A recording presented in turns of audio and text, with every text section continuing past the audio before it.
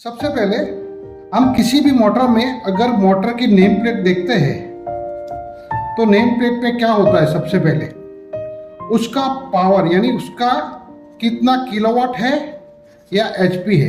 तो समझो वो 10 एचपी है या उसके सामने वो 7.5 किलोवाट ऐसा लिखेंगे। उसके बाद में रेटेड वोल्टेज कितना रहता है, तो 400 वोल्टेज भी होता है, कभी कभार 415 वोल्टेज भी होता है। अगर चाइना की मोटर है तो 380 वोल्टेज एसी होता है। रेटेड वोल्टेज के बाद आता है रेटेड करंट यानी एम्पियर, वो मैक्सिमम कितना एम्पियर ले सकती है। तो वो जो भी है 10 एचपी है तो उस हिसाब से 15 एम्पियर है। उसके बाद में आता है फ्रीक्वेंसी कितनी होती है उसकी। फ्रीक्वेंसी के बाद आता है वो 50, अगर इंडिया में है तो 50 हर्ट्ज होता है। अगर आप कभी कभार दोनों हर्ट्ज में आप चल सकती है, ऐसी मोटर भी होती है, फ्रीक्वेंसी होती है।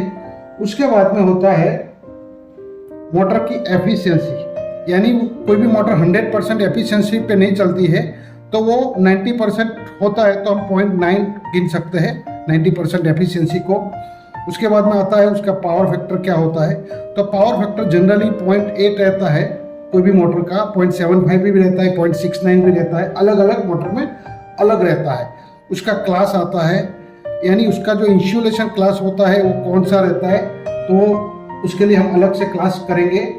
उसके बाद में आता है उसका मॉडल को कौन सी कंपनी का है, मेक क्या है, उसका मॉडल कौन सा है, वो अलग अलग कंपनी की तरह से अलग अलग रहता है। इसको जो रेटेड एम्पियर है उसको हम फुल लोड करंट भी हम एफएलसी भी कह सकते हैं। उसके जो अगर ये मेन है उसका कनेक्शन कौन सा है, वो स्टार में भी चला सकते हैं या फिर उसमें डेल्टा में भी चला सकते हैं या फिर दोनों में चला सकते हैं। ये कनेक्शन खास लिखा रहता है इधर मोटर के नेम प्लेट पे। और जो मेन है उसका फ्रेम साइज, जो कहाँ माउंट होगी, जो 4 बोल्ट रहते हैं उसका फ्रेम साइज देते हैं। तो ये मेन हो गए। इतना आपको अगर पता चलता है, उसमें भी मेन तो ये किलोवाट है, आपका वोल्टेज कितना है और एम्पियर, और उसके अलावा पावर फैक्टर एंड एफिशिएंसी। ये 1 2 3 4 अगर आपको पता है तो आप स्टार में चलता है तो क्या एम्पियर लेता है, डेल्टा में चलता है तो क्या एम्पियर लेता है, स्टार डेल्टा में चलता है तो क्या एम्पियर लेता है,